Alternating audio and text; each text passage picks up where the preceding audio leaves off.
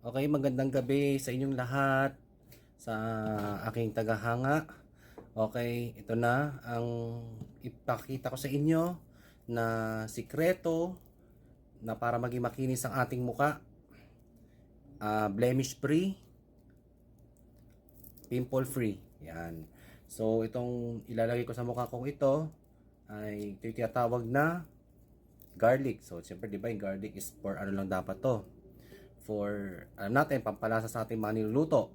Pero, maraming hindi nakakaalam sa atin dyan na ang garlic ay maganda rin itong ipahid sa ating face. Lalo na kapag ito'y namamaga, may mga acne tayong mga lalaki pa lang. So, napakaganda nito ilagay sa mukha. Lalo na kapag araw-araw, pinapahid natin ito dahil ang benefits nito ay nakakaano siya, nakakakinis siya ng balat yun. So yan, try muna natin sa forehead natin. So ganyan siya kaganda.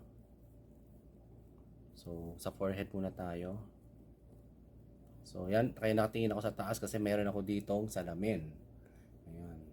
So makikita nyo kung paano ko nilalagay. So ganyan siya. So buong forehead muna natin lalagyan. Ayan. Then pati sa ilalim ng ating mga talukap, syempre para ay maiwasan natin yung bacteria, di ba? Na para hindi tayo ano ng mga tigyawat. Yan. Kasi acne ko ano galing din sa bacteria, galing sa mga dumi. And then dito sa ating upper lip naman. Upper lip area. Yan. And then dito sa ating lower lip area. Oops.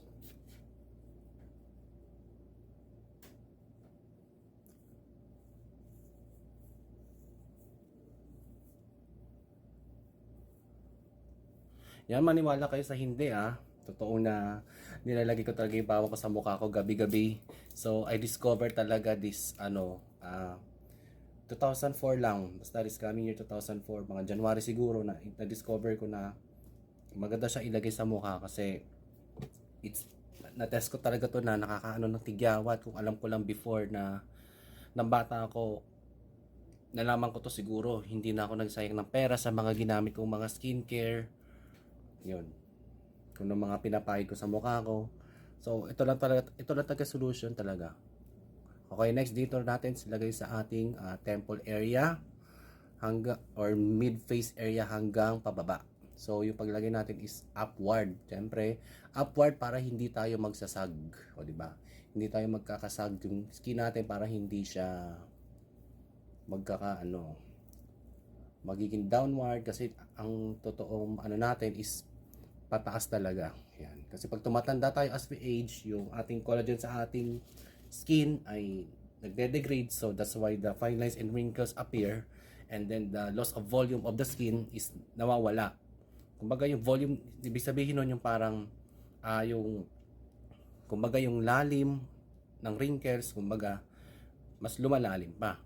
So kapag tayo ay mga ganitong edad pa lang, so nag-start na tayo magkaroon ng aging skin because our collagen is decreases, and also hyaluronic acid, which is yung it attracts 1,000 times water para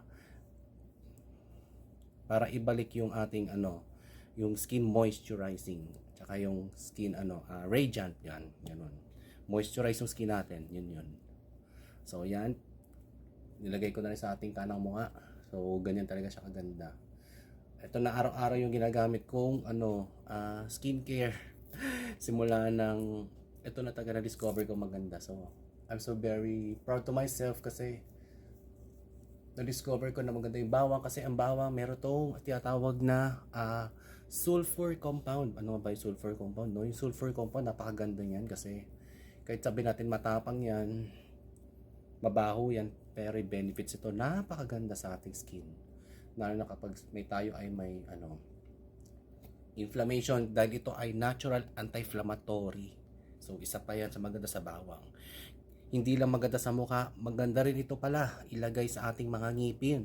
Kapag ang ating ngipin ay namamaga, so kagatin mo lang yung bawang, babad mo siya ng 1 oras and then tanggalin mo na.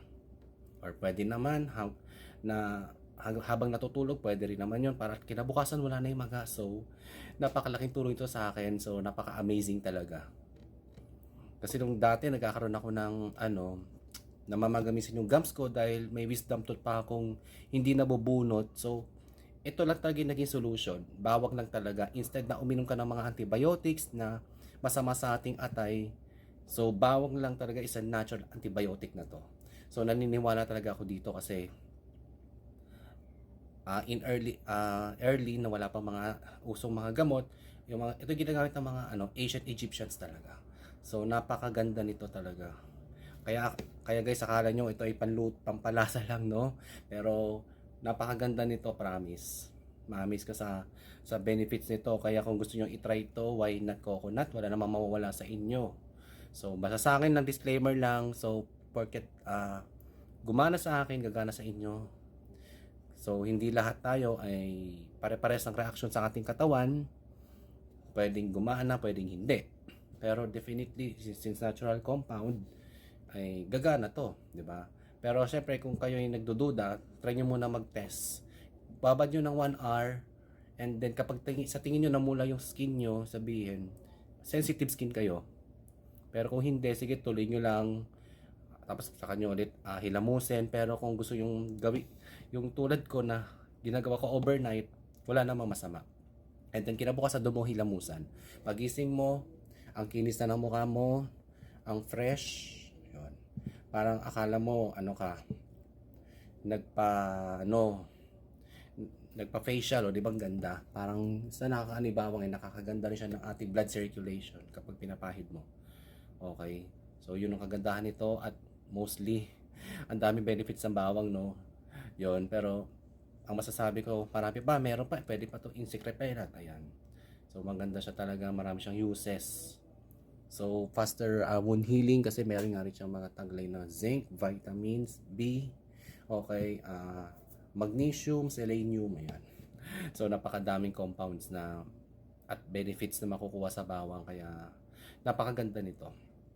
Yun. So yun lang. Pagdating sa topical, maganda siya, pero pag in-intake, although maganda rin siya nang kapag pababa siya ng blood sugar, yun nga lang, ingat-ingat lang din tayo kasi ang bawang, as I tried, nakakakos siya ng ng stomach disturbance. Ibig sabihin parang minsan kumukulo yung tiyan ko, nagkakos ng acid, so parang ganun. Or may times din na ang bagal kong matunawan, yun. For me pero sa inyo ewan ko lang kung okay sa inyo, pero sa akin kasi hindi talaga siya magandang inumin or kainin. Pero maganda sa akin pag pinahid, so ganun yung reaction. So iba-iba tayong katawan, pero guys, try nyo na sa mga naghahanga sa akin. Ayan, thank you. Thank you talaga. So try nyo na talaga, maganda to. Yun lang. So that's all for vlog for today. So good night.